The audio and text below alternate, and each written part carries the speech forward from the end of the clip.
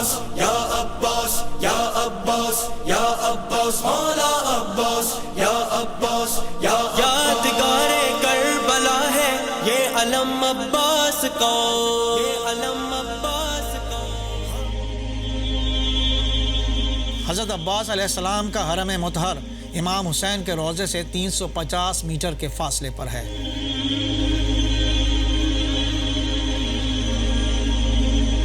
امام حسین علیہ السلام اور حضرت عباس علیہ السلام دونوں روضوں کے درمیان ایک کشادہ صحن ہے جس میں 2 رویا کھجور کے درخت ہیں۔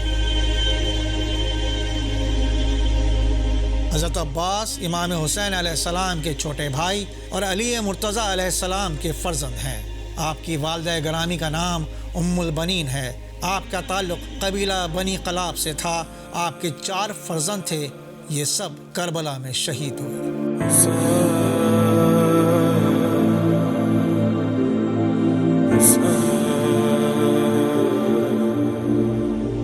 ابو الفضل عباس کے روضے کا صحن بہت وسیع ہے۔ صحن کے چاروں طرف کی دیواروں پر کاشی کاری اور نقش کاری کی گئی ہے۔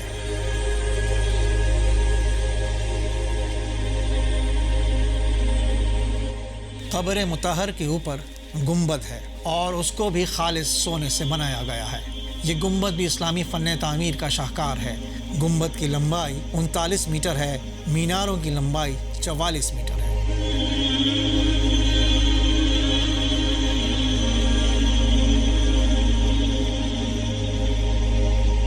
حضرت عباس کی ولادت 4 شعبان کو ہوئی۔ آپ دنیا میں تشریف لائے۔ آپ نے آنکھیں نہیں کھولی تھیں کہ علی نے کہا حسین کو بلاؤ۔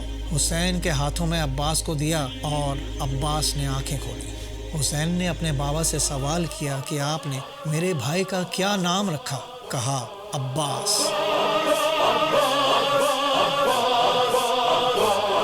ہلچل ہے فوج شام میں عباس آتے ہیں۔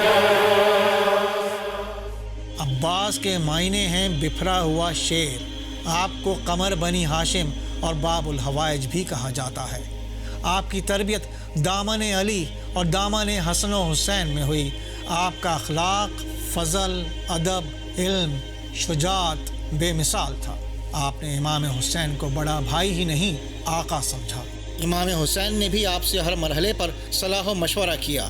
امام حسین کو جب بھی کوئی مشکل ہوتی حضرت عباس بڑھ کر بھائی کا ساتھ دیتے۔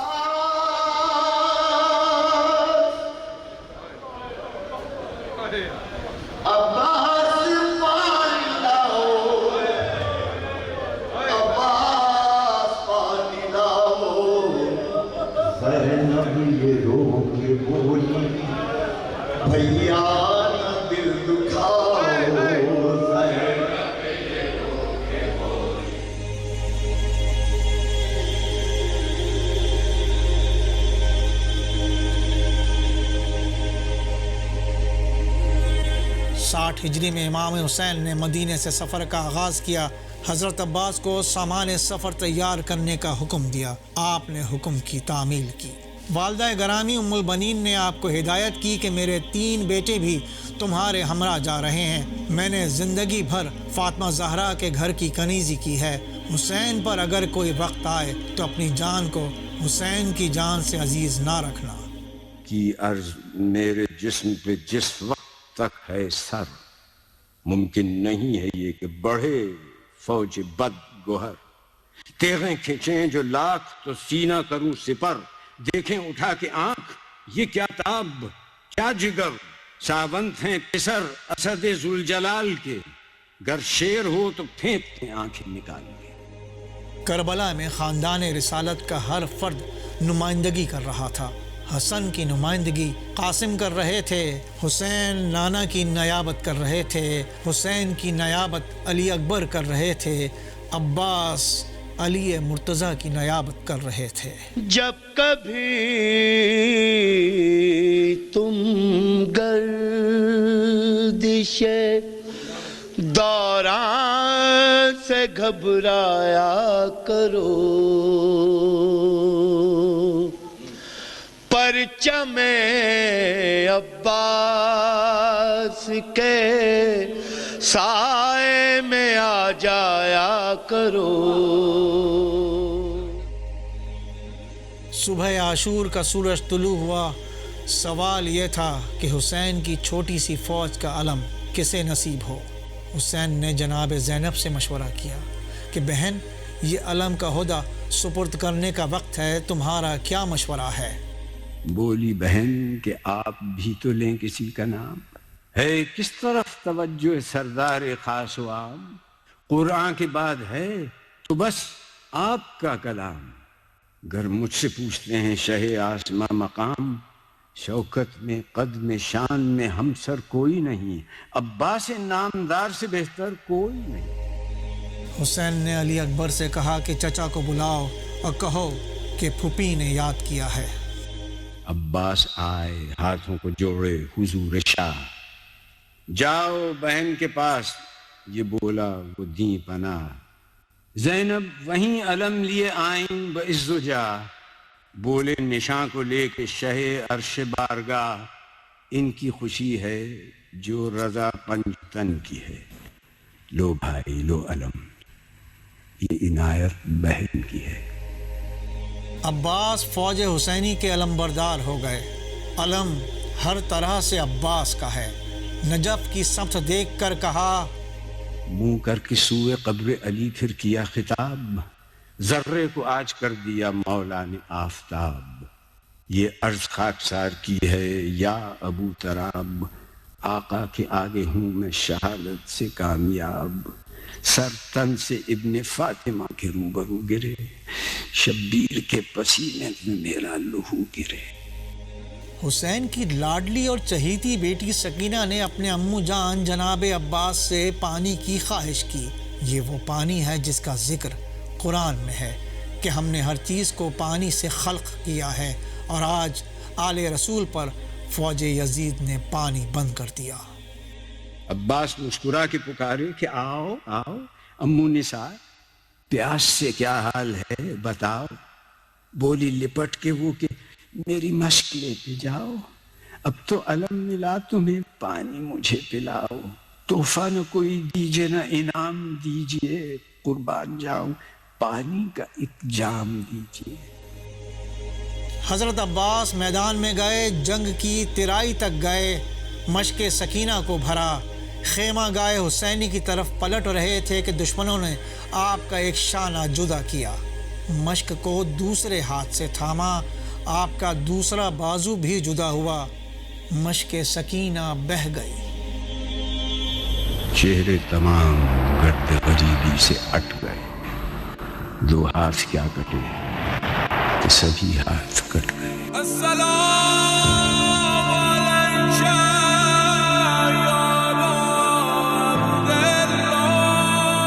سورہ توبہ میں ارشاد ہے، بے شک اللہ نے مومنین سے ان کی جان و مال کو جنت کے عوض خرید لیا. وہ اللہ کی راہ میں لڑیں گے، قتل کریں گے اور قتل ہو جائیں گے. یہ سچا وعدہ ہے. اس کا ذکر قرآن، توریت اور انجیل میں بھی موجود ہے.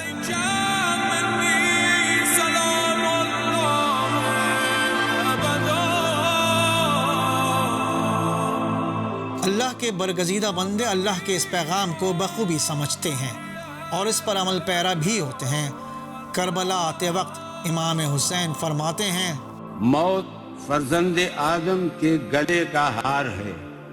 مجھے اپنے اسلاف سے ملاقات کا اشتیاق ہے، اتنا ہی جتنا یعقوب کو یوسف سے ملنے کا اشتیاق تھا.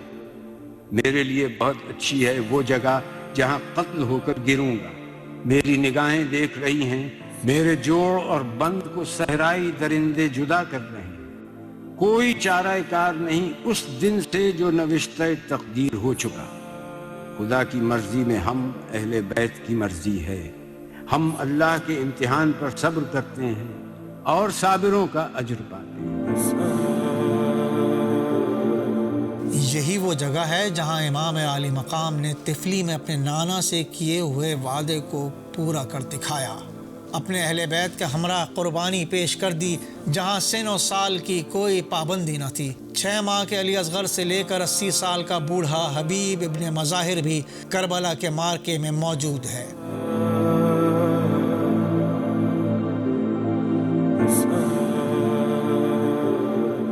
روزے کی عمارت کئی تاریخی ادوار سے گزری ہے۔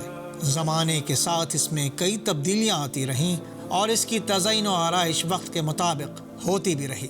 آج موجودہ صورت میں یہ روضہ بے مثال ہے اور اس مقدس سرزمین پر دنیا جہاں سے ہر سال لاکھوں کی تعداد میں لوگ یہاں آتے ہیں اور نواسۂ رسول جگر گوشہ بطول کی زیارت سے فیضیاب ہوتے ہیں۔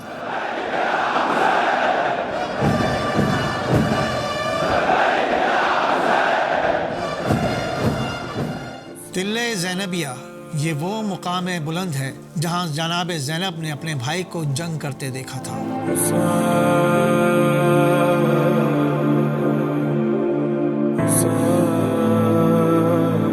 جناب زینب جب اسیر ہو کر کربلا سے کوفے کی طرف روانہ ہونے لگیں تو آپ نے خاندان رسالت کے صبر و استقامت کی تاریخ کو آگے بڑھانے کا عزم کیا۔ ایک موقع پر آپ نے اپنے بھتیجے حسین ابن علی کے فرزند سید سجاد کو مخاطب کر کے کہا، اے فرزند، کیوں دل گرفتہ ہوتے ہو؟ میری نظریں اس آنے والے وقت کو دیکھ رہی ہیں جب تمہارے بابا کی قبر کا نشان یہاں ہوگا، اور یہ وہ عظیم الشان نشان ہوگا جہاں زائرین کے ہجوم ہوں گے جو حسین کی بارگاہ میں خراج عقیدت پیش کریں گے۔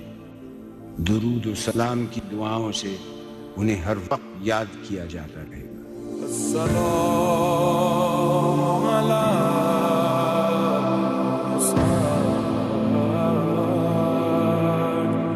زری مبارک میں بائیں جانب 6 ماہ کی شیرخوار عبداللہ ابن حسین آرام فرما رہے ہیں، جنہیں علی اصغر اور باب الحوائج بھی کہا جاتا ہے۔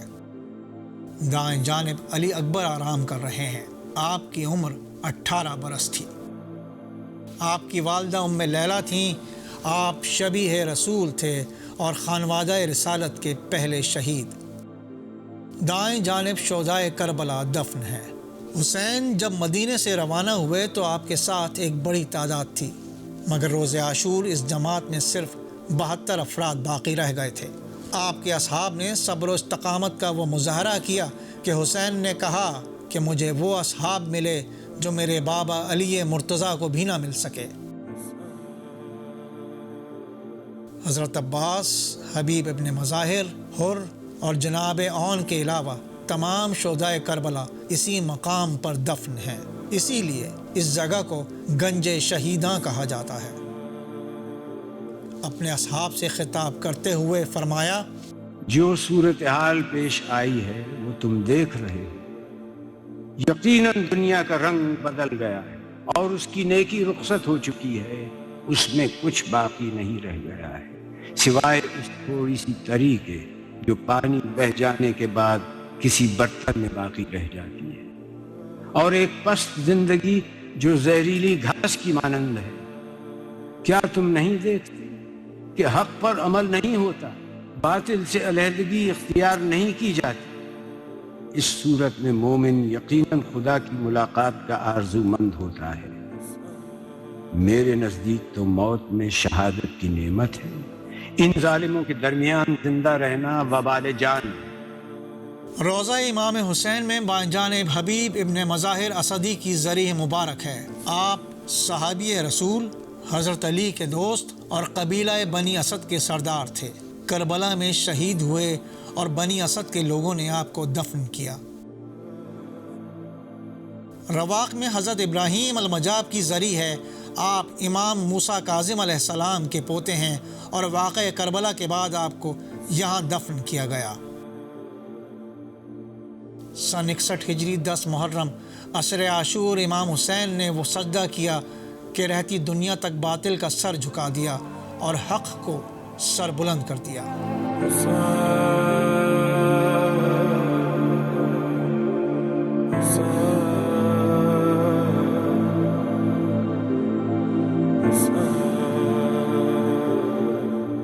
حسین وارث آدم تھے، وارث نوح تھے، وارث موسیٰ تھے، وارث عیسیٰ تھے، وارث ابراہیم، وارث محمد تھے۔